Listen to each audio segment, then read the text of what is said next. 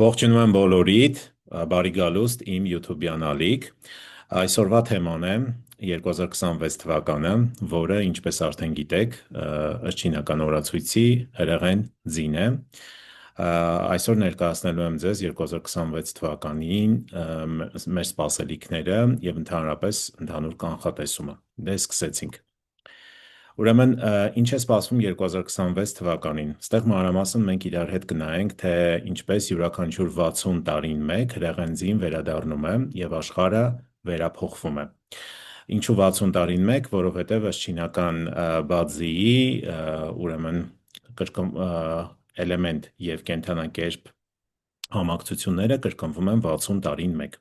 Սա հերթական շրջան չէ, սա կառուցվածքային տրանսֆորմացիայի մի մեծ ընդլայնված շրջան է, որին մենք ինքներս ականատես կլինենք շուտով։ Նախորդ հրեղեն ձիու տարիները եղել են 1966 թվականը, 60 տարի առաջ, դրանից առաջ 1906 թվականը եւ դրանից առաջ 1846 թվականը։ Սրանք տարիներ են եղել, որոնց ընթացքում մեծ մասշտաբի հեղափոխություններ են տեղի ունեցել ամբողջ աշխարհում, եղել են ճգնաժամեր, ճգնաժամային իրավիճակներ, ինչպես նաև եղել է վերածնունդ, նաև վերածնունդի դարաշրջան կարելի է ասել։ Հիմա եկեք հասկանանք, թե ընդհանրապես ինչով է սա պայմանավորված, բայց մինչև այդ բոլոր նրանք, ովքեր առաջին անգամ են դիտում իմ վիդեոն, մի փոքր արագ ներկայացնեմ, ես Արմեն Սեթաղյանն եմ, հանդիսանում եմ չինական մետաֆիզիկայի սերտիֆիկացված մաստեր, ինչպես նաև թվագիտության, հանդիսանում եմ որպես բիզնես խորհրդատու եւ անձնային աճի մարզիչ։ Իմ գիտելիքները ձեռք են բերել Մալազիայի Կուալալումպուր քաղաքում գտնվող Ջոյապ ակադեմիայում, ստեղ դուք տեսնում եք իմ նկարը մաստերի հետ, Ջոյապը հանդիսանում է բավականին լուրջ մասնագետ չինական մետաֆիզիկայի բնագավառում, ունի շատ մեծ հեղինակություն, ինչպես Արևելքում, այնպես էլ Արևմուտքում, Ամերիկայում, Եվրոպայում, Հարավային Ամերիկայում եւ այլն։ Ես արդեն 3.5 տարի է, ինչ զբաղվում եմ չինական մետաֆիզիկայով ու այս տարի կարողացել եմ իրականացնել մի քանի մաստեր կլասեր, մաստեր կլասերից մեկը դա HR ասոցիացիայի հետ համատեղ կազմակերպված մաստեր կլասն էր, որի ընթացքում ես HR մասնագետներին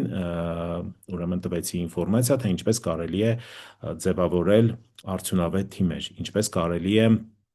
հասկանալ, թե տվյալ մարդը համապատասխանում է տվյալ պաշտոնին, թե ոչ, կամ ինչպես ուղղորդել աշխատակցին առավելագույնս հաջողություն գրանցելու համար կարիերայում։ Մյուս մաստեր կլասը դա տեղի ունեցավ արդեն ամռանը,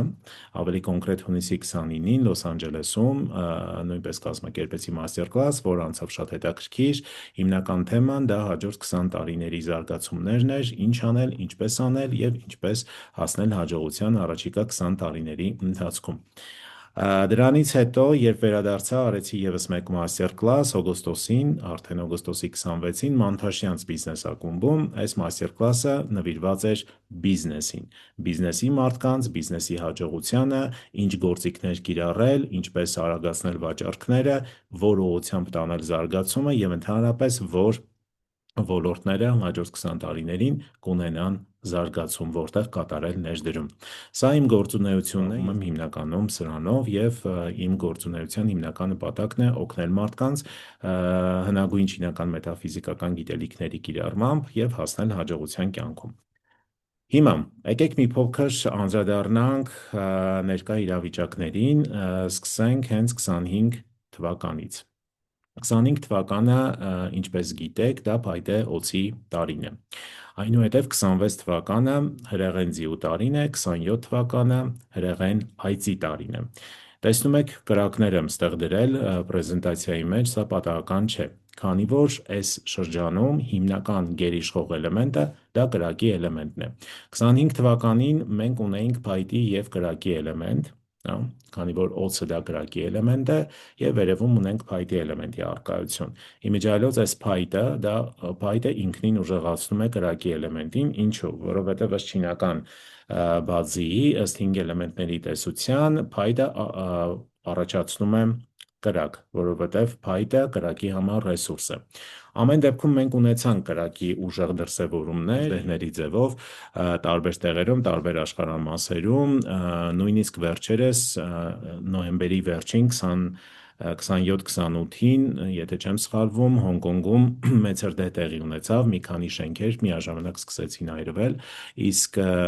դրանից առաջ էլ մենք ունեինք ուրեմն խնդիր տարվա սկզբին Կալիֆոռնիայում, Լոս Անջելեսում, երբ որ հրդեհներ էին։ Կրակը ինքնին շատ ուժեղ է այս շրջանում արդեն 24 թվականից սկսած եւ հետագա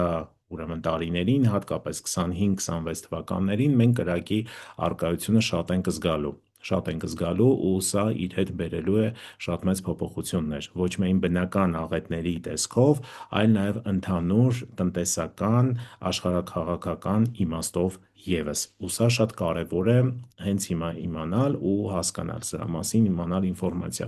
Տեսեք, եթե մի փոքր հետ գնանք ու տեսնենք, թե 1966 թվականին, 60 տարի առաջ ինչ գլոբալ իրադարձություններ են տեղի ունեցել հրեղեն ձիու տարում, որտեղ ինչպես ասեցի, 60 տարին մեկ հրեղեն ձին գալիս է ու իր հետ բերում է փոփոխություններ։ Ուրեմն 1966 թվականին Չինաստանում սկսվեց մշակութային հեղափոխությունը Մաո Ցեդունի նախաձեռնությամբ միլիոնավոր մարդկանց ներառող հեղափոխական շարժում, պատմության ամենախոշոր գաղափարական արշավներից մեկն էր։ ԱՄՆ Վիետնամ ռազմական հակամարտությունը իր գագաթնակետին մոտ էր։ Ինդոնեզիայում ռազմական ռեժիմի հաստատում տեղի ունեցավ Սուխարտոյի կողմից իշխանության գրավում։ Լեսոտոն անկախացավ Մեծ Բրիտանիայից, Իսրայել-Սիրիա լարվածություն, բազմաթիվ մարտեր 1966 թվականին։ Ինչպես տեսնում ենք, կա հեղափոխություն, կա ուրեմն աշխարհամարտեր, պատերազմներ են տեղի ունենում ու դրա հետ միասին կա կառուցվածքային փոփոխություն, կառավարման համակարգի փոփոխություն, նոր հասարակարգի հաստատում։ Հիմա եկեք մի փոքր ավելի առաջ գնանք 1906 թվական, որը կրկին հրեղեն ձիու տարի էր։ Ինչ գլոբալ իրադարձություններ են տեղի ունեցել։ Սան Ֆրանցիսկոյի ահռելի երկրաշարժը եւ հրդեհները։ Քաղաքի մոտ 80%-ը ավերվեց։ Պատմության ամենախոշոր աղետներից մեկն էր սա։ Պերուի լեռնային երկրաշարժը, որը բերեց շատ մեծ ավերածություններ։ Ռուսական առաջին պետդուման։ Ռուսաստանը մուտք գործեց սահմանադրական պառլամենտական կառավարման փուլ հեղափոխության հետևանքով։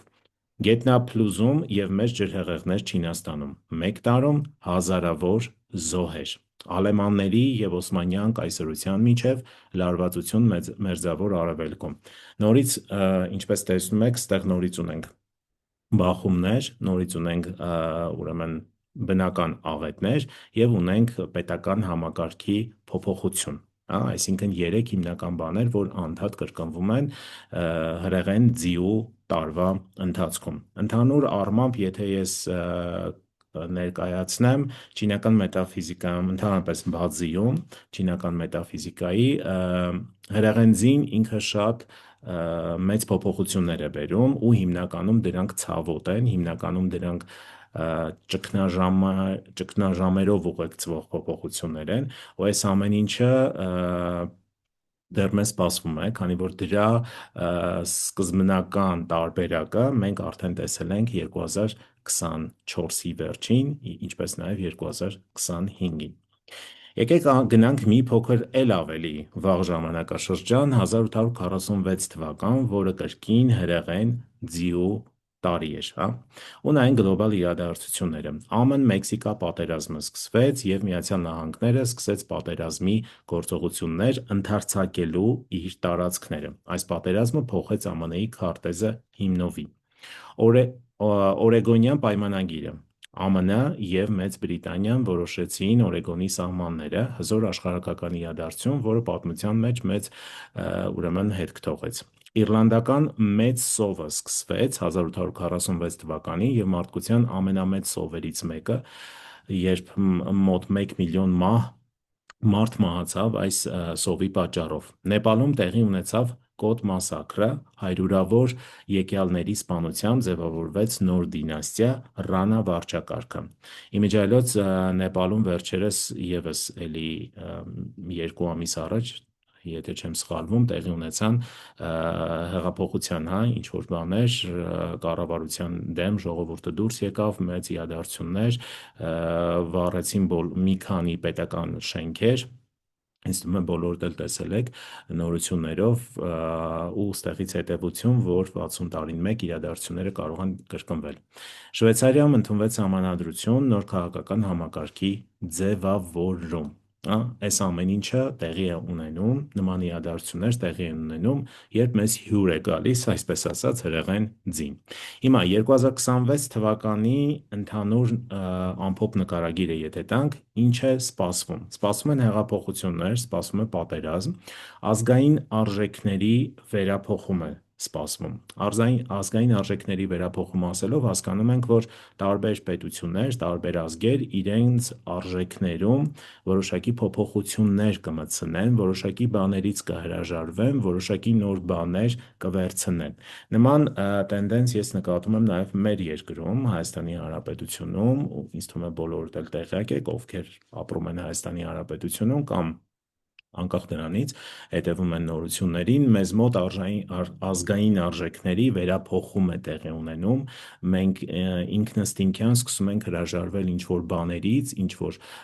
արժեքներից, կոնցեպտներից, ինչ-որ սկզբունքներից, որոնք մինչ հիմա մենք ունեցել ենք, մինչև այս պահը, ու սկսում ենք վերցնել ինչ-որ այլ արժեքներ, որոնք այդքան էլ մեզ չեն համապատասխանում։ Ուրեմն հրեղեն ձին իր հետ բերում է նաև նոր կառավարություն եւ կառավարման համակարգ, այսինքն այն համակարգը, որը մինչ այժմ գոյություն է ունեցել, դա փլուզվելու է։ Ինչու՞, որովհետեւ կրակը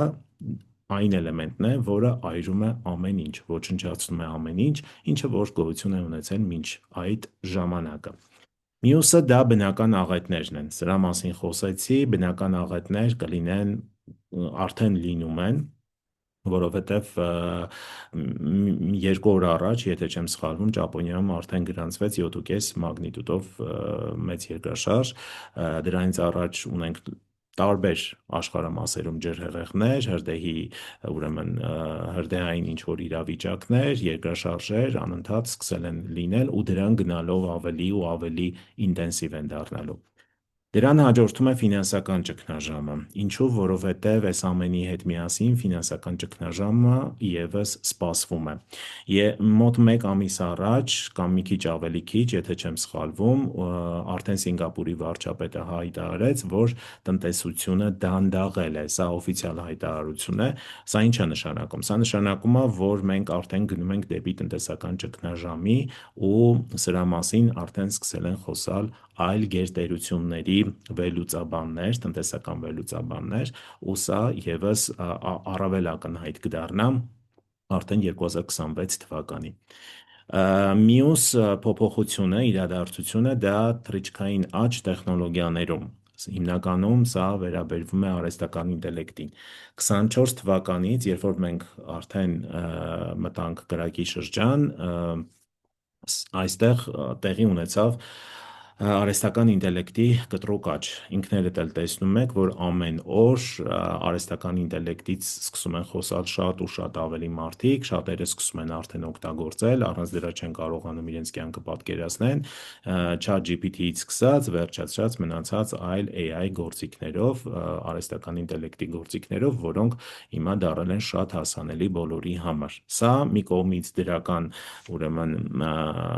երևույթ է, բայց մյուս կողմից բացասական, որովհետև սա իր հետ բերում է ուրեմն աշխատատեղերի կրճատում, եւ մի շարք այլ բացասական հետևանքներ ևս։ Եվ վերջին,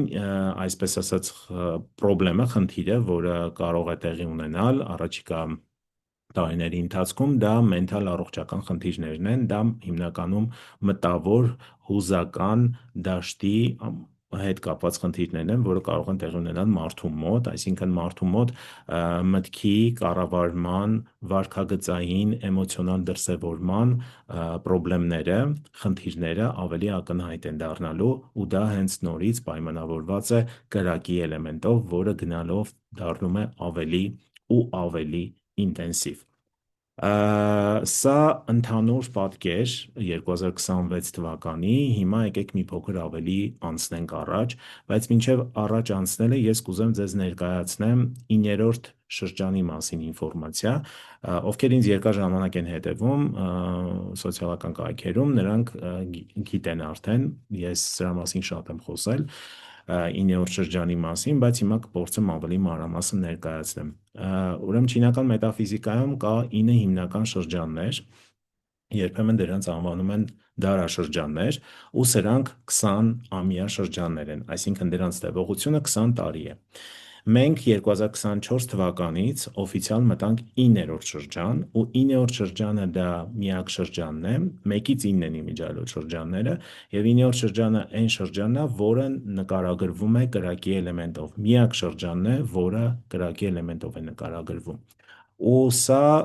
իր հետ բերում է կտրուկ փոփոխություններ։ Ինչու՞, որովհետև կրակը, պատկերացրեք կրակի էլեմենտը, կրակը ինչ է։ Կրակը այն էլեմենտն է, որը այրում է ամեն ինչ։ Ինքը արագ է գործում, արագ է շարժվում, այրում է ամեն ինչ, գոլորշիացնում է ջուրը, այրում է փայտը, հալածնում է մետաղին եւ վառում է հողը, հա, այրում է հողը։ Այսպիսով կրակի էլեմենտի ազդեցությունը մենք արդեն զգացել ենք 24 թվականից սկսած։ Ինչու՞, որովհետև իրադարձությունները սկսել են արագ տեղի ունենալ, կյանքը սկսել է արագանալ, բոլորը դրանից խոսում են։ Մարդիկ զարմանում են, թե ինչքան արագ է անցնում ժամանակը։ Մարդիկ չեն կարողանում մարսել այն ինֆորմացիան, որը տրվում է մարդկությանը։ Ամեն ինչ շատ արագ է փոխվում։ Մարդը չի հասցնում ադապտացվել մի վիճակից անցում կատարել մեկ այլ վիճակի, ու սա բերում է շատ ու շատ խնդիրներ տարբեր ոլորտներում, ու այս ամեն ինչին մենք արդեն ականատես ենք օֆիցիալ 24 թվականից։ Իսկ 9-րդ դարաշրջանից առաջ դա 8-րդ դարաշրջանն էր, որը հողի էլեմենտով էր պայմանավորված, ու սա մի փոքր այլ շրջան էր, այսինքն ստեղ մի փոքր ավելի ստաբիլություն էր, ստեղ մի փոքր ավելի շատ կարգ ու կանոն էր, որովհետև հողը ինքը ստաբիլ է, հա, հողը շատ չի շարժվում, շատ հազվադեպ, ստաբիլություն, կայունություն, ամրություն, որը իր հետ բերեց նաև ֆինանսական համակարգի վերջնական ձևավորումը, այսպես ասած, ու դրա զարգացումը, ինչպես նաև հողը դա անշարժ գույքի շուկան էր, ու մենք ինքներս էլ տեսանք, որ նախորդ 20 տարիների ընթացքում մինչև 24 թվականը անշարժ գույքի շուկայում շատ մեծ փոփոխություններ տեղի ունեցան, նոր պետություններ կառուցվեցին, նոր ուրեմն անշարժ գույքի շուկայում առաջընթացներ տեղի ունեցավ, ձևափոխվեց այն, զարգացավ, մի խոսքով, հա, սա նույնպես։ Պլյուս ֆինանսական դաշտը, ֆինանսական սեկտորը, որը նույնպես վերաբերվում էր հողի էլեմենտին։ Ու մի բան էլ ավելացնեմ, 8-րդ դարաշրջանում առավել հաջողակ էին միջին տարիքի տղամարդիկ, եթե ուշադիր նայենք, միջին տարիքի տղամարդիկ սկսեցին զբաղեցնել շատ կարևոր բարձր պաշտոններ, մեծ կամպանիաների, ընկերությունների սեփականատերեր դարձան միջին տարիքի տղամարդիկ, հա։ Օրինակներից մեկը Մարկ Ցուկերբերգը, Facebook-ի հիմնադիր սեփականատերը։ Իսկ 9-րդ դարաշրջանը ինչի մասին է։ 9-րդ դարաշրջանը դե ասեցի, էլեմենտը կրակն է, 9-րդ դարաշրջանում առավել հաջողակ են դառնում կանայք, ինչու, որովհետև 9-րդ դարաշրջանը ավելի շատ սատարում է կանանց, ու մենք բոլորս արդեն տեսնում ենք, թե ինչպես կանայք զբաղեցնում են ավելի բարձր պաշտոններ տարբեր բնագավառներում, լինի դա կազմակերպության տնօրեն, փոխտնօրեն, վարչության ղեկավար կամ պետության մասշտաբով մեր երկրում էլ Հայաստանի Հանրապետությունում էլ կառավարության մեջ նախարարներ կան, շատ նախարարներ կանայք են, փոխնախարարներ, մի խոսքով, այսինքն կանայք բարձրանում են ավելի վերև իրենց մակարդակով, պաշտոնի եւ հաջողության մասով,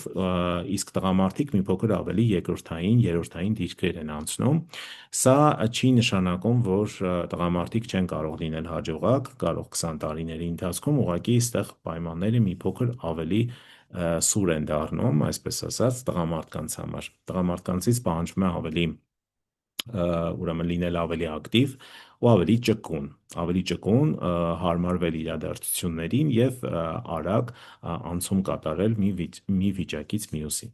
Սա կարճ 9-րդ դարաշրջանի մասին, իհարկե շատ երկար թեմա է 9-րդ դարաշրջանը, միգուցե ես հետագայում կանեմ առանձին վիդեո սրա մասին, որտեղ մանրամասն կխոսեմ նաև, որ ուրեմն ինդուստրիաներն են զարգացում ունենալու հաջորդ 20 տարիների ընթացքում, ինչ անել, ինչպես շարժվել եւ այլն, բայց այսօր մեր թեման դա 2026 թվականն է, հրեղեն ձի։ Հիմա, սա արդեն նշեցի, որ 29-րդ դարաշրջանը դա կրակի էլեմենտով է նկարագրվում ու հիմա եկեք մի փոքր ձեզ ցույց տամ այս գրաֆիկը, որը ես շատ եմ սիրում ու շատ տեղեր եմ ցույց տվել։ Տեսեք, մենք օֆիցիալ մտանք 2024 թվականին օֆիցիալ մտանք 9-րդ դարաշրջան։ Հիմա այս պահին գտնվում ենք 25 թվականում ու 25 թվականը դա արդեն ներկայացվում է 25 թվականին մենք ունենք արդեն կրակի էլեմենտ, ասեցի, դա օձի էներգիան է եւ ունենք կրակի էլեմենտի ռեսուրսը, որը փայտն է։ 25 թվականը ինքը երկրորդ փուլն է համարվում, դեռ մենք այսպես ասած անցումային շրջանում ենք, 9-րդ դարաշրջան մտնելու անցումային շրջանում ենք, առաջի փուլը դա 23-ից 24-ն էր, 25-ը դա երկրորդ շրջանն է եւ այնուհետև իջնում ենք ներքև, ինչու ներքև, որտեվ այստեղ սկսվում է ճգնաժամային իրավիճակ, 26-27, որը երրորդ շրջանն է, ամբողջ 9-րդ ուրեմն պերիոդի 9-րդ շրջանի ու դրանից հետո մենք արդեն լիարժեք կմտնենք 9-րդ դարաշրջան։ Այստեղ ներկայացված է, որ 25 թվականը դա փայտե օձի շրջանն էր, դա կրակի էլեմենտ է եւս, եւ ունենք հրեղեն ձիու ու հրեղեն այծի տարիներ 26-27 թվականները, որը առավել ակտիվ է լինելու, հա, այսպես ասած, առավել ակտիվ շրջանը մեզ սպասվում, հենց որ զինվեք համբերությամբ։ Հիմա, փայտե վիշապը դա 24 թվականն էր, 9-րդ շրջանի սկիզբը։ Փայտե օձը, հրեղեն ձին եւ հրեղեն այծը, սրանք 9-րդ շրջանի տրանսֆորմացիոն շրջաններն են։ Ինչու է այս ամեն ինչը այսքան կարևոր, ինչու եմ ես անդադ կրկնում կրակի էլեմենտ եւ ինչու 60 տարի առաջ, օրինակ 60 տարի առաջ հրեղեն ձին իհարկե նայեցինք, հա, պատմականորեն ինչ իրադարձություններ են տեղի ունեցել, բայց այս անգամ հրեղենձին ավելի ակտիվ է լինելու։ Ինչու, որովհետև հրեղենձին դա ինքնին կրակի էլեմենտ է եւ դրան գումարվում է այն, որ մենք գտնվում ենք 9-րդ դարաշրջանում։ Այսինքն այս անգամ մենք ունենք չափից ավելի շատ կրակի էլեմենտ։ Ոչ միայն տարին իրանով է կրակի էլեմենտ, կրակի էներգիա, այլ նաև դարաշրջանը, 20-ամյա շրջանը նույնպես կրակի էլեմենտով է ներկայացված։ Սա շատ մտածելու տեղ է տալիս, շատ մտածելու տեղ, որովհետև իսկապես իրադարձությունները սկսել են շատ արագ զարգանալ, իսկապես բնական աղետները սկսել են ավելի արագ ու հաճախակի կրկնվել, իսկապես մենք գտնվում ենք տրանսֆորմացիոն շատ լուրջ շրջանում ու այս պարագայում միակ ուրեմն ապրելու, հաջողելու միակ տարբերակը դա ինֆորմացիային տիրապետելն է ու փորձել առավելագույնս արագ հարմարվել, ադապտացվել նոր ուրեմն խաղի կանոններին, որտեղ նախորդ խաղի կանոնները այլևս գոյություն չունեն։ Մի փոքր ավելի մանրամասն, փայտե վիշապը 24 թվականը դա 9-րդ դարաշրջանի սկիզբն էր։ Փայտե օձը 2025 թվականը դա նկարագրվում է որպես բռնկում։ Հրեղենձին 26 թվականը, որը սպասվում է մեզ 1 ամսից, 2 ամսից ավելի կոնկրետ, ինչու, որովհետև ըստ չինական օրացույցի մեր մոտ տարին փոխվում է փետրվարի 4-ին, հա, սա պետք է իմանալ, դա նկարագրվում է որպես պայթյուն, պայթյունի շրջան եւ հրեղեն այծը դա վերածնունդի շրջանն է, երբ որ տեղի է ունենում, ամեն ինչ փոխվել է եւ ամեն ինչ սկսվում է 0-ից։ Այստեղ ես ներկայացրել եմ ուրեմն 26 թվականի էներգիաները։ հա, 26 թվականի էներգիաներն են, սա ովքեր առաջին անգամ են սա տեսնում, սա բազիկ քարտն է 26 թվականի ու շատ հետաքրքիր է, ինչու, որովհետև մենք ստեղ ունենք, հիմա ես ձեզ ցույց տամ, մենք ստեղ ունենք կրակի էլեմենտներ, հա, տարվա մեջ, սա տարվա սյունն է, տարվա մեջ ունենք կրակի էլեմենտ, վերևում կրակի էլեմենտ ներքևում, որը հենց ձին է, հա, հրեղեն ձին է։ Այստեղ եւս ունենք կրակի էլեմենտ ժամի մեջ, կրակի էլեմենտ ունենք նաև այստեղ, ներքևում, եւս այստեղ, էլի կրակի էլեմենտ ունենք, ինչպես տեսնում եք կրակը շատ է, ահռելի շատ է։ Բացի դրանից, մենք ունենք փայտի էլեմենտներ, ունենք այստեղ փայտի էլեմենտ ամսվա մեջ, ներքևում փայտի էլեմենտ, այստեղ նույնպես փայտի էլեմենտ եւ այստեղ եւս կրկին եւս մեկ անգամ փայտի էլեմենտ։ Ինչպես գիտեք, ասեցի, փայտը դա կրակի համար ռեսուրսի էլեմենտն է, որտեղ փայտը այրվում է, դառնում է կրակ, հա։ Իրականում կրակը շատ է, ահռելի մեծ է, ու այս կրակի դեմ պայքարել շատ դժվար կլինի։ Ովքեր տիրապետում են բազին կամ ովքեր ընդհանրապես ինֆորմացիա չունեն, ուղղակի լսեք, ես ուղղակի բացատրում եմ, ես միշտ sense եմ բացատրում ըստ էներգետիկ քարտերի, որպեսզի ավելի հետաքրքիր լինի։ Հիմա տեսեք, տարվա մեջ ունենք եւս մի հատ մեծ խնդիր։ Որն է այդ խնդիրը։ Այդ խնդիրը ֆինանսի էլեմենտի բացակայությունն է։ Տարվա էներգիան դա հողն է, հողի էլեմենտով է ներկայացված, այսպես ասած անհատական էլեմենտը դա հողն է, իսկ հողի համար ֆինանսի էլեմենտը դա ջուրն է։ Քարտում, էներգետիկ քարտում տարվա մենք չունենք ջրի էլեմենտ, մեզ մոտ ջուրը լիարժեք բացակայում է։ Սա արդեն մեծ խնդիր է։ Սա նշանակում է, որ ֆինանսը լինելու է շատ պասիվ։ Մենք չունենք ֆինանսի էլեմենտ, ընդհանրապես չունենք։ Ու սա իր հետ բերում է խնդիրներ բիզնեսում, բերում է խնդիրներ նաև աշխատաշուկայում, որտեղ բիզնեսի համար սա նշանակում է, որ վաճառքները կլինեն քիչ, մարդիկ գումար չեն ծախսի, աշխատաշուկայում սա նշանակում աշխատաշուկայի հետ կապված, սա նշանակում է, որ լինելու է շատ մեծ մրցակցություն։ Այսինքն աշխատանքի առաջարկը լինելու է քիչ, գործազրկությունը սկսելու է բարձրանալ, հա։ Դրա հետևանքով մրցակցությունն է շատանալու, մարդիկ սկսելու են պայքարել մեկ տեղի համար տասնյակներով, հա, տասնյակ մարդիկ պայքարելու են մեկ աշխատատեղի համար։ Ու սա իր հետ բերելու է շատ մեծ խնդիրներ։ Ընդհանրապես, երբ որ ջրի էներգիան քիչ է, սա ընդհանուր ֆինանսական ճգնաժամ է արդեն նշանակում։ 25 թվականին մեզ մոտ ունեինք ջուր, ջրի էլեմենտ ունեինք, բայց էլի շատ քիչ էր, հա, շատ քիչ էր, բայց ունեինք։ 26 թվականին ընդհանրապես չունենք, ու սա արդեն շատ լուրջ մտածելու տեղ է տալիս, թե ինչ պետք է անի մարդկությունը, ընդհանրապես ինչպես պետք է կազմակերպի, հա, իր կյանքը, ինչ գործողությունների պիտի գնա, որպեսզի կարողանա դիմակայել այս ճգնաժամին։ Հիմա եկեք մի փոքր ավելի խորանանք տարվա էներգետիկ ուրեմն քարտում ու փորձենք հասկանանք, թե ընդհանրապես ինչ իրադարձություններ կարող են տեղի ունենալ։ Ընդհանրապես բազիում տարվա սյունը դա տնտեսությունն է, ընդհանուր գլոբալ տնտեսությունն է, հա, ընդհանուր գլոբալ տնտեսությունն է երկրագնդում, ամիսը ներկայացնում է կառավարությունը, կոնկրետ երկրի մասով չի սա, խնդրեմ սա ուշադիր լինեք, սա ընդհանուր, հա, ընդհանուր կառավարությունը, տարբեր, ընդհանուր, ամբողջ երկրագնդով, օրվա սյունը ներկայացնում են ընկերությունները եւ ժամի սյունը ներկայացնում է բնակչությունը մենք բոլորս բնակիչներս, ովքեր ապրում ենք այս երկրագնդի վրա։ Հիմա եկեք տեսնենք ինչ հետաքրքիր բաներ ունենք ստեղ, տեսեք, ուրեմն կրակի էլեմենտ ունենք ստեղ, որը բախման մեջ է մտնում մետաղի էլեմենտի հետ։ Եվս մեկ կրակի էլեմենտ մենք ունենք, որը նույնպես բախման մեջ է մտնում այս մետաղի էլեմենտի հետ։ Ինչ է սա նշանակում։ Սա նշանակում է, որ տնտեսությունը եւ բնակչությունը իրենց հերթին պահանջելու են կառավարությունից ահա կառավարությունը, պահանջելու են կառավարությունից, որ կառավարությունը կատարի որոշակի փոփոխություններ տնտեսության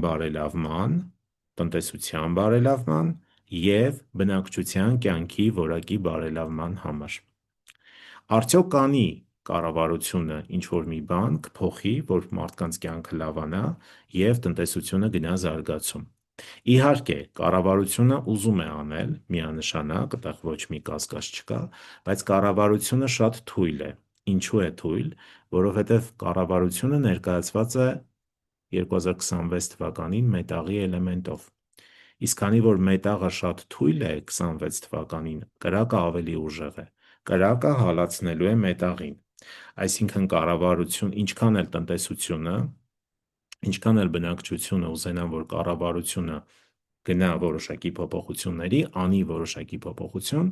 դա ցավոք սրտի նրանց չի հաջողվելու կամ շատ չնչին հաջողության կարող են հասնել, որը էական ոչ մի նշանակություն չի տա, հա։ Այսինքն, ստեղ մենք արդեն կունենանք հակասություն։ Մենք կունենանք հակասություն բնակչության և կառավարության հետ կապված, որովհետև մարդիկ սկսեն գնալ ըմբոստության, մարդիկ սկսեն միգուցե հեղափոխություններ, հա, անել, որպեսզի դրանով կարողանան ցույց տան իրենց դժգոհությունը ու ցանկանան ինչ-որ ռեֆորմներ անել երկրում։ Սակայն սա լավ բաներ չի բերի, լավ բաների չի բերի, որովհետև իրականում պերիոդը այդպիսին է, հա, այսինքն այդպիսին է, մարդիկ ճգնաժամի մեջ են գտնվելու և չեն կարողանալու լուծել իրենց առօրյա այսպես ասած պրիմիտիվ խնդիրները։ Սա շատ մեծ խնդիր է, շատ մեծ խնդիր է իր հետ բերելու։ Մյուս կարևոր բանը այստեղ, որ պետք է ուշադրություն դարձնենք, դա ռեսուրսի էներգիայի առկայությունն է։ Ինչպես արդեն ասեցի, մենք ունենք փայտի էլեմենտներ, այստեղ ունենք փայտի էլեմենտ, այստեղ ունենք, ներքևում ևս ունենք փայտի էլեմենտներ, որը կրակի էլեմենտի համար հանդիսանում է ռեսուրսի, ուղղակի և անուղղակի ռեսուրս։ Հիմա տեսեք, երբ որ ռեսուրսը շատ է, դա նույնպես դրական չի։ Ընդհանրապես ռեսուրսի առկայությունը էներգետիկ քարտում դա լավ է, բայց երբ որ ռեսուրսը չափից ավել շատ է, այստեղ առաջանում են խնդիրներ։ Իսկ ո՞րն է խնդրեմը։ Խնդրեմը նա է, որ ռեսուրսի շատ լինելը դա երևակայական դաշտն է սկսում մեծացնել և չափից ավել մտածելը, չափից ավել անալիզ անելը նման իրավիճակներ են առաջանում, պարանոյա, հա, մարդիկ անընդհատ անորոշության մեջ են գտնվում, չեն կարողանում կատարել ամենապարզ որոշում ընդունել չեն կարողանում, որտեղ անընդհատ մտածում են, անալիզ են անում ու այդպես էլ չեն գալիս ինչ-որ եզրահանգման։ Մարդիկ կարող են փոքր բաներից սկսել վիճել, կարող են նույնիսկ այս վերջերս արդեն 25 թվականի երկրորդ կիսամյակից արդեն նկատում ենք որոշակի ինչ-որ անհասկանալի իրադարձություններ, որոնք տեղի են ունենում ամբողջ աշխարհում, նաև Հայաստանում, հա, օրինակ նորություններում անդադ կարող ես կարդալ ինչ-որ մեկը ինչ-որ մեկի հանդեպ ինչ-որ բռնություն ա կիրառել, մարդիկ կարող են շատ պարզ խոսակցությունից հետո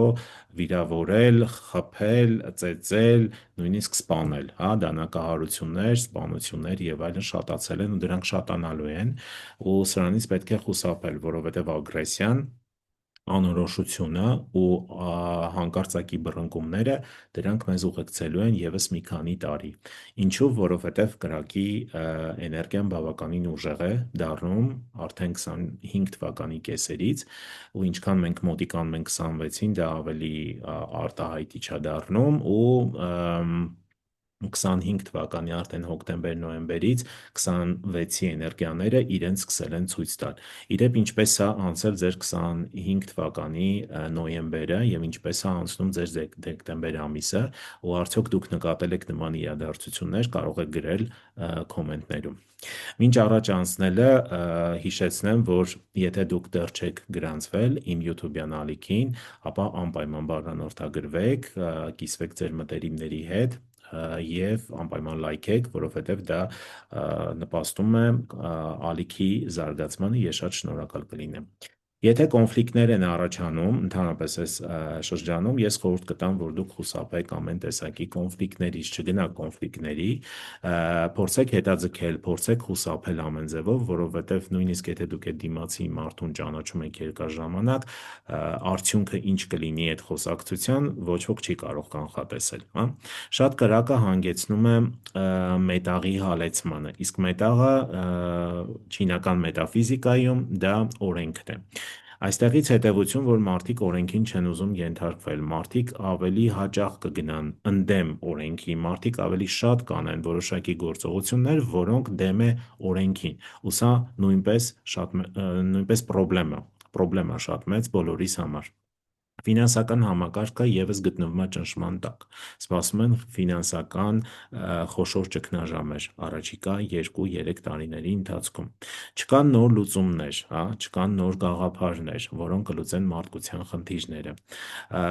Ընդհանրապես գաղափարների պակասությունը եւս բացատրվում է, ինչու, որովհետեւ գաղափարները դրանք ներկայացված են մետաղի էլեմենտով տարվա էներգիայի մեջ եւ էներգետիկ դաշտում եւ մետաղը, ինչպես արդեն ասեցի, կրակի հետ հակազդեցության մեջ է, կրակը ավելի ուժեղ է, հալածում է մետաղին եւ մեր ուրեմն այդեաները, այսինքն մեր գաղափարները, մեր ուրեմն նոր լուծումները մի փոքր ավելի կուշանան, հա, կառավարությունը կցանկանա ամեն ինչ անել, որ լուծումներ առաջարկի, բայց ամեն լուծումը հաջորդ ձախողումն է լինելու եւ միգուցե ինչ որ չնչին փոփոխություններով, բայց ամեն դեպքում գլոբալ ինչ որ լուրջ փոփոխություն դրական չեն կարող սպասել, հա, համենայն դեպս տարվա էներգետիկ քարտը դա է մեզ հուշում։ Ինչ է տեղի ունենալու, հաջորդը կլինի համակարգի խափանում, այստեղ շատ ուշադիր պետք է լինենք նաև զեղծարարության հետ կապված, որը խարդախություններին է վերաբերվում հարցին, որտեղ դրանք գնալով ավելի շատանալու են, ավելի պրոֆեսիոնալ են դառնալու, ինձ թվում է բոլորդ էլ արդեն նկատել եք նորություններով, ամեն օր դրա մասին ենք լսում, ու դա գնալով ավելի տարածվելու է, զարգանալու է, ավելի պրոֆեսիոնալ ձևով են սկսելու դա անել, եղեք մի փոքր ավելի ուշադիր։ Մարդիկ կդառնան ավելի հոգևոր զարգացման միտված, հա։ Ինչու, որովհետև կրակի էլեմենտը դա նաև հոգևորի մասին է, հոգևոր զարգացման մասին է, ու ինչպես գիտեք, հոգևոր զարգացումը դա ուղղակի կրոնական ուղղվածության մասին չի, ստեղ ավելի ինքնաբացահայտման, ինքդ քեզ ճանաչելու մասին է, քո ուրեմն ներքին տաղանդների մասով, քո առաքելության մասով եւ ընդհանրապես աշխարհընկալման մասով, հա, մի փոքր պետք է ավելի զարգացումը դեպի այդ ուղղությամբ գնա, դրա համար էլ հաջորդ 20 տարիների ընթացքում մետաֆիզիկական բոլոր տեսակի ուղղվածությունները իրանք շատ մեծ զարգացում են ունենալու եւ կա արդեն մշակված ստատիստիկա, որ մինչեւ 2000 8-9 թվականները ամբողջ երկրագնդի մոտավորապես 85%-ը ներգրաված են լինելու որոշակի պրակտիկաներով են ներգրաված լինելու, դա կարող է լինել մետաֆիզիկական ցանկացած ուղղություն, կարա լինի յոգա, կարա լինի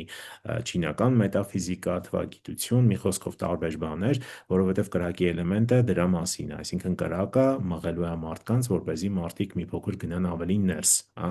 ավելի ուղղվածությունը, ուշադրությունը, ֆոկուսը լինի ոչ թե միայն նյութականը, այլ նաև հոգևորը, հոգևորի ուրեմն զարգացումը։ Սա էներգետիկ ուրեմն քարտի հետ կապված տարվա, կարծում եմ սա բավականին հետաքրքիր էր եւ օգտակար, որպեսզի դուք իմանաք։ Հիմա ես կուզեմ կարճ ներկայացնեմ նաև թվագիտական վերլուծությունը տարվա։ Ուրեմն 2026 թվականը մեզ մոտ, եթե գումարենք թվերը, 2 գումարած 0, գումարած 2, գումարած 6, ստացվում է 10, եւ այնուհետեւ եթե 10-ը սարքենք միանիշ, ստացվում է 1։ Իրականում հիմնականում ներկայացնում են 1 թվով տարին, բայց ես ուզում եմ ավելացնել նաև երկրորդ թիվը 1 եւ 10, ու եկեք միասին հասկանանք, թե ինչի մասին է ընդհանրապես 26 թիվը։ 25 թիվը, ինչպես բոլորդ արդեն գիտեք, դա 9-ով էր ավարտվում, երբ որ գումարում էինք թվերը ստանում միանիշ էինք դարձնում, ստանում էինք 9։ Հիմա տեսեք, 9-ը դա ավարտի մասին էր, բայց դա միայն ավարտի մասին չի։ 9-ը եզրափակումն է, 9-ը ազատումն է այն ամեն ինչից, ինչը այլևս չի նպաստում քո հետագա զարգացմանը։ Եթե դուք 2025 թվականի ընթացքում մաքրել եք ձեր տարածքը, մաքրել եք ձեր մտքերը, ազատվել եք ուրեմն բոլոր այն բացասական վարքագծային դրսևորումներից, ազատվել եք բոլոր այն բացասական ուրեմն սովորություններից, որոնք երկար ժամանակ ձեզ հետ են եղել, հետո դուք հասկացել եք, որ դա լավ չի, աշխատել եք դրա վրա, կամ ազատվել եք ավելորդ քաշից, կամ գնացել եք փոփոխությունների, հա, զբաղվել եք ինքնազարգացմամբ, հոգևոր զարգացմամբ, բացահայտել եք ձեզ լրիվ այլ տեսանկյունից, ուրեմն դուք ամեն ինչ ճիշտ եք արել։ Իսկ եթե դուք ընդհանրապես ուշադրություն չեք դարձրել այս ամեն ինչին, ինչքան էլ որ կյանքը ձեզ ուզեցել է անդադ հուշի, իսկ ոնց է դա տեղի ունենում, դա տեղի է ունենում որոշակի խնդիրների դրսևորմամբ, երբ որ դուք հանկարծակի ինչ-որ պրոբլեմի մեջ եք ընկնում, երբ որ հանկարծակի ձեր կյանքում ինչ-որ խնդիր է առաջանում ու դուք չեք հասկանում, բայց որտեղից է, այդ խնդիրները գալիս են, որ ձեզ հուշեն, որ ժամանակն է կատարել փոփոխություն այսինչ կյանքի, այսինչ բնագավառի, այսինչ հատվածում, հա։ Ու եթե դուք դա անտեսում եք, հաջորդ անգամ գալիս է մի փոքր ավելի ծանր, մի փոքր ավելի ցավոտ։ Ու եթե դուք անդադ անտեսեք, վերջում կլինի շատ ավելի բացասական մի հատ իրադարձություն։ Ու սրան պետքա ուշադրություն դարձնել, ու քանի դեռ 2025 թվականը չի ավարտվել, մենք դեռ ունենք ժամանակ, որպեսզի մի հատ ընդհանուր նստենք, ինքներս մեր հետ անկեղծ զրույց տանենք ու հասկանանք, թե մեր կյանքում ինչն է, որ պետքա պահենք, 26 տանենք հետներս, ինչն է, որ այլևս պետք չի տանենք ու պետքա թողնենք։ Սա վերաբերվում է ամեն ինչին, սա վերաբերվում է նյութականին, սա վերաբերվում է հոգևորին, սա շատ կարևոր է անել։ Հիմա 2026 թվականը դա, եթե նայենք մեկով, հա, մեկը դա սկիզբն է ամեն ինչի, այսինքն 9 եկավ անցավ, իմիջիայլոց 9-ը նենց չի, որ հիմնականում բացասական էր։ Շատ մարդկանց համար 25 թվականը եղել է հիանալի տարի, հա։ Ու ինչու է դա տենց, որովհետև այդ մարդիկ արդեն շատ ճիշտ բաներ են արել, ասենց ասած, այսինքն զբաղվել են նրանով, ինչով պիտի զբաղվեին, իրենց գործունեությունը համապատասխանում է իրենց միսիային, իրենց գործունեությամբ նրանք տվել են պարտքը սոցիումի հանդեպ, հա, նման բաներ կան, հասկացողություններ կան, որ եթե դու տիրապետում ես, անում ես, քո համար ամեն տարին, ամեն հաջորդը նախորդի համեմատ ավելի լավն է ստացվում։ Ու շատ մարդկանց մոտ, ում հետ որ ես շփվել եմ, շատերի մոտ հիանալի տարի է 25 թվականը։ Ու դա ամենևին չի վերաբերվում, որ պետք է ինչ-որ բացասական իրադարձություն տեղի ունենար։ Հիմա 2026-ը դա մեկն է, մեկը սկիզբն է, հա, սկիզբն է ամեն ինչի ու մեկը ինքը շատ ծանր տարի է լինում, սովորաբար։ Նույնիսկ անձնական մեկ տարին եւս ծանր տարի է։ Ինչու՞, որովհետև մենք պետքա սկսենք ամեն ինչը զրոյից։ Մենք զրոյից պետքա ճանաչենք ինքներս մեզ։ Մենք զրոյից պետքա սկսենք ձևավորել մեր էներգետիկ ճիշտ դաշտը։ Մենք զրոյից պետքա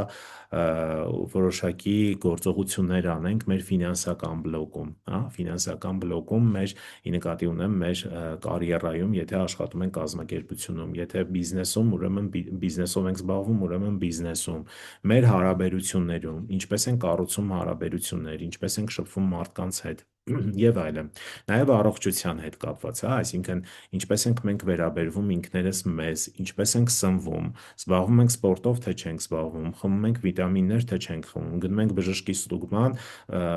տարին 2 անգամ, թե ընդհանրապես ուշադրություն չենք դարձնում։ Այս ամեն ինչը շատ կարևոր է, այսինքն մենք զրոյից պետք է սկսենք այդ ամեն ինչը կառուցել։ Ոնց որ աշտարակն են կառուցում, զրոյից քարը դնելով պիտի բարձրանանք։ Ու բնականաբար սա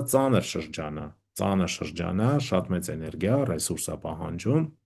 բայց եթե դուք ամեն ինչ ճիշտ անեք, ուրեմն հետագա 8 տարիները ձեզ համար կլինեն ծաղկման եւ նոր հաջողությունների տարիներ, անկախ նրանից դա հրեղեն ձիու տարի է, թե հրեղեն այծի տարի է, թե մեկ այլ ինչ-որ կենդանակերպի տարի է, հա, սա ի նկատի ունեցեք։ Սա մեկի հետ կապված։ 10-ի մասով շատ հետաքրքիր է, որտեվ ստեղ մի փոքր իրադարձությունները այլ ձև են զարգանում։ 10-ը թվագիտության մեջ ինքը հաջողության անիվ, անվանումը ունի, ես 10-ին մի քիչ ուրիշ ձև եմ նայում, որովհետև 10-ը երկու թվից է բաղկացած, 1 և 0, այսինքն 1-ով մենք ունենք նոր ստարտ, նոր սկիզբ, նոր հաջողություն ու մի փոքր էլ 10-ի էներգիայով արագ հասնել հաջողության, բայց 0-ն քանի որ կա, ինքը կարա զրոյացնի ցանկացած նոր ձեռքբերում, հա, ցանկացած նոր հաջողություն։ Ինչի, որովհետև ստեղ մարդը քայլում է շատ նեղ մի հատ ճանապարհով ու սայթաքելը շատ հավանական է, հա։ Ընդհանրապես, երբ որ ես նայում էի թվերը, վերլուծում էի, 10-ը իսկապես բերում է հաջողություն և եթե դուք էլ կարդացել եք, հա, պատմությանը ծանոթ եք, շատ մեծահարուստներ հաջողության են հասել ճգնաժամային շրջաններում, հա, ու հենց ճգնաժամերի ժամանակ են ի հայտ գալիս նոր մեգա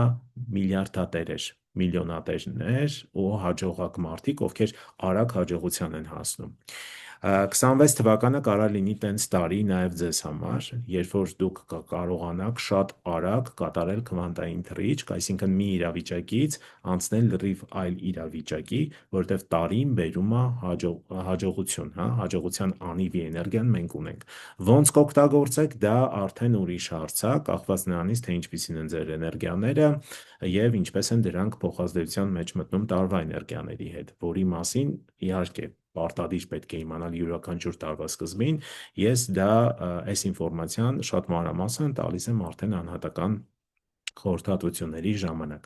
Ամեն դեպքում, եթե մենք ամփոփենք 2026 թվագիտության, մենք ունենք նորի սկիզբ, մենք ունենք հաջողության շատ մեծ հնարավորություն, բայց նաև ունենք բարձր ռիսկայնություն, որը նորմալ է, որովհետև երբ որ կա բարձր հաջողության ֆակտոր,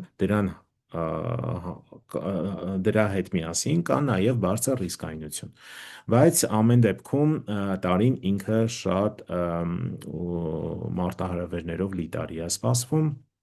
ու 26-ին պետք է շատ լավ պատրաստվել։ Սա իմ խորհուրդը ձեզ։ Հիմա եկեք մի փոքր ամփոփում անենք 26 թվականի հետ կապված։ Ինչ է սպասվում 26-ին։ Ցածր իրացվելիություն եւ աշխատատեղեր։ Այսինքն ցածր իրացվելիություն նշանակում է, որ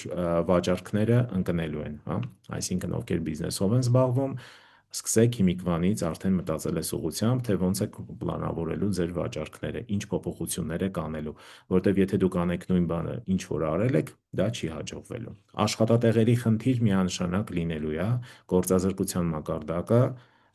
շատ կտրուկ բարձրանալու է ընդհանուր մասշտաբով ու ստեղ պետք է հասկանալ, թե ինչ պետք է անենք, հա։ Կառավարությունը ճնշման տակ է։ Ինչու՞, որովհետև եւ բնակչությունը եւ ընդհանուր տնտեսությունը ճնշում են գործադրում կառավարության վրա եւ կառավարությունը ցայտնոտային վիճակի մեջ է, չգիտի ինչ անի, մի հարց լուծում է, հաջորդը միանգամից հայտնվում է ու ավելի բարդ, ավելի դժվար։ Դեպրեսիա, անորոշություն եւ վախի զգացում, սա այն է, ինչը ես արդեն նկատել եմ 25 թվականից, շատերի մոտ սա կա, անորոշության զգացում, վախի զգացում, մարդիկ կրակի էլեմենտի ազդեցության տակ չեն հասկանում ինչա կատարվում իրենց կյանքում, հա, որտեղ ամեն ինչ շատ արագ է փոխվում։ Համատարած ագրեսիա, սրան ինձ թվում է սրա մասին կարամ մեկնաբանություն չանեմ, որտեղ բոլորս ենք տեսնում, հատկապես սենց մեր երկրում էլ, հա, այլ երկրները թողնենք իրանց տեղը, բայց ագրեսիան շատացել է եւ մեր տարածաշրջանում, ագրեսիան շատացել է եւ ԱՄՆ-ում եւ Եվրոպայում, տարբեր տեղերում, հա,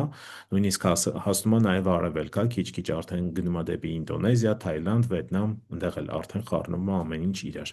Ֆինանսական ճգնաժամ, համակարգի վերագործարկում։ Մենք գնալու ենք դեպի ֆինանսական ճգնաժամի, դա միանշանակ եւ համակարգի վերագործարկում է տեղի ունենալու, այս վերագործարկման արդյունքում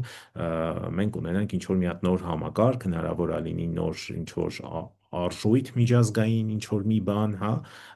որը հետագայում արդեն կօգտագործվի։ Ակտիվների արժեզրկում, շատ ակտիվներ կարժեզրկվեն, ու ստեղ շատ ուշադիր պետք է լինեն նրանք, ովքեր զբաղվում են ինվեստիցիաներով, հա, այդ կրիպտո արժույթով, ինչ որ ինվեստիցիաներով, հա, հիմա շատերն են դրանով զբաղվում, ու այստեղ նույնպես դրանք արժեզրկման են գնալու ու շուկան դառնալու է շատ տատանողական, այսինքն կանխատեսել շուկայի փոփոխությունները գրեթե հնարավոր չի լինելու։ Մի խոսքով, ովքեր զբաղվում են, ովքեր այս շուկաներում են, իրանց գործունեությունը, ինվեստիցիաները, եղեք մի փոքր ավելի ուշադիր, իմիջիայլոց 1-1.5 ամիս առաջ մենք ունեցանք շատ լուրջ տենց մի հատ տատանում, անկում եղավ ու շատ մարդիկ կորցրեցին մեծ գումարներ։ Ինֆլյացիա, դե ինֆլյացիան միանշանակ գները կբարձրանան, իսկ գնողունակությունը կընկնի եւ կառավարման ճգնաժամ։ Կառավարման ճգնաժամը գալու է նրանից, որ կառավարությունները չեն կարողանալու ճիշտ որոշումներ կայացնեն ու լուծումներ առաջարկեն, ու ստեղից էլ գալու է ճգնաժամային իրավիճակը, որը կբերի իր հետ հեղափոխություններ, որը իր հետ կբերի կառավարության փոփոխություն, մի խոսքով իր բոլոր հետևանքներով։ Հիմա ինչ պետք է անել, ինչ անել, որպեսզի մեղմացնել, որպեսզի կարողանալ նույնիսկ այս իրավիճակում լինել հաղթող։ Առաջինը դա ինովացիան է, արեք որևէ նոր բան, ներդնելով նոր տեխնոլոգիաներ։ Եթե դուք զբաղվում եք բիզնեսով, միանշանակ դուք պետք է ձեր բիզնեսում կատարեք փոփոխություններ։ Փոփոխություններ պետք է կատարեք ու պետք է դառնաք ավելի ճկուն եւ ներդնեք որոշակի նոր տեխնոլոգիաներ, դարձնեք այն ավելի ինովացիոն։ Սա շատ կարևոր է։ Հիշեք, եթե սա մի փոքր անծանոթ է այս տերմինները կամ ընդհանրապես այս գաղափարը ձեզ, ուրեմն խորհուրդս հետևյալն է. եթե դուք մինչև հիմա արել եք մի բան ու դա ձեզ մոտ ստացվել է, օրինակ բիզնեսում, ձեզ բերել է հաջողություն, դուք հասել եք ինչ-որ մի մակարդակի, խորհուրդս, եթե շարունակեք նույն բանը անել, շարունակեք անել, դուք չեք ունենալու այդ արդյունքը չեք ունենա։ Այսինքն պետք է անեք ինչ-որ մեկ այլ ձևով, փոխեք ձեր ստրատեգիան, ռեալ պատկերացրեք իրավիճակը։ Ռեալ իրավիճակը ըստ էներգետիկ դաշտի սա է։ Այսինքն, եթե դուք այս ինֆորմացիան լսում եք հիմա, ընկալում եք, վերցնում եք, դուք արդեն ռեալ կարող եք պատկերացնել, թե ինչ է սպասվում։ Ու սա իրականություն է, որովհետև ժամանակը ցույց կտա, թե ինչ կլինի, ինքներդ կտեսնեք, բայց ամեն դեպքում այս գիտելիքի հիմքում հազարավոր տարիների ուրեմն ստատիստիկա կա, նաև լիքը վերլուծություններ, մի խոսքով, ու սա հստակ է։ Եթե դուք ռեալ պատկերացնեք ձեր վիճակը, դուք կկատարեք ճիշտ գործողություններ։ Իսկ գործողությունները ես ասում եմ, դա լինել առավել ինովացիոն ու անել աշխատանքը այլ ձևով։ Նույն ձևով եթե կրկնեցիք, չի աշխատելու։ Անկախ նրանից դուք ով եք, կապ չունի դա։ Ձեռք բերեք նոր հմտություններ։ Ինչպես ասեցի, ռեսուրսի էներգիան շատ է 26 թվականում, ու ռեսուրսը դա միշտ գիտելիքի մասին է։ Ռեսուրս դա նշանակում է գիտելիքի ձեռքբերում։ Մենք պետքա փորձենք ձեռք բերել նոր գիտելիքներ։ Պետքա սկսենք աշխատել արհեստական ինտելեկտի հետ, սկսենք ներդնել արհեստական ինտելեկտ մեր գործունեության մեջ։ Կապ չունի ունեք բիզնես, թե աշխատում եք կազմակերպությունում, ու պետքա նոր հմտություններ ձեռք բերենք, որոնք առավել համապատասխանում են 9-րդ դարաշրջանին, որոնք մեզ թույլ կտան լինել մրցակցային դաշտում։ Հատկապես ռիսկային գոտում են նրանք, ովքեր վարձու աշխատողներ են, Եթե դուք չհամապատասխանեցիք ինչ-որ ստանդարտների ձեր կազմակերպության կողմից առաջադրված, դուք դուրս եք մնալու ու դուք երկար ժամանակ չեք կարողանալու աշխատանք գտնել։ Դրա մասին պետքա հենց հիմիկվանից մտածել։ Կիսվել սեփական ռեսուրսներով եւ օգտագործել այլ մարդկանց ռեսուրսները։ Ինչի մասին է սա։ Սա նրա մասին է, որ դուք պետք է ոչ թե մրցեք ինչ-որ մարդկանց հետ, այլ պետք է գնաք համագործակցության։ Կապ չունի դա կազմակերպությունում է, թե դուք ունեք ձեր սեփական բիզնեսը։ Փորձեք ստեղծել համատեղ ինչ-որ գործունեություն, համատեղ նախագծեր արեք։ Ինչ անում եք, արեք համատեղ, Իհարկե, ում հետ եք անում, դա կարևոր է, դա պետքա ուրեմն հասկանալ, ով է այդ մարդը, ինչ ռեսուրս ունի եւ այլն, բայց փորձեք համատեղ անել։ Միայնակ գործունեություն մի սկսեք, միայնակ ինչ-որ պրոյեկտների մեջ մի մտեք, անկախ նրանից ինչքան էլ որ դուք կանխատեսում եք, որ ինքը կարա հաջող լինի։ փորձեք ներգրավել ինչ-որ մեկին, համատեղ արեք, սա շատ կարևոր է ու սա այս հաջորդ 20 տարիների էներգիայի թելադրանքն է, որտեղ կրակի էլեմենտը դրա մասին էլ է ասում։ Ինքը ասում է, որ դու գնա համագործակցության, հա, ու համատեղ ռեսուրսներով արեք ինչ-որ մի բան։ Եվ ամենակարևոր բանը, ամենակարևորը ես կարմիրով եմ ստեղ նշել, դա հոգևոր զարգացումն է, որտեղ առանց հոգևոր զարգացման հնարավոր չէ, որտեղ առանց հոգևոր զարգացման, առանց ինքնաճանաչման մարդը ընկնելու է ինչ-որ sense խավարի, անորոշության վիճակի մեջ ու դա կտանի նրան դեպի ներքև պտտվող սպիրալով ու կտանի նրան կործանման։ Պետք է փորձել բալանսը պահել, հա, պետք է կարողանանք մաքսիմալ հասկանանք, որ իրավիճակները գնալով բարդանում են, իրավիճակները գնալով դառնում են առավել անկանխատեսելի, ու սա վերաբերվում է ամբողջ աշխարհին, այսինքն դա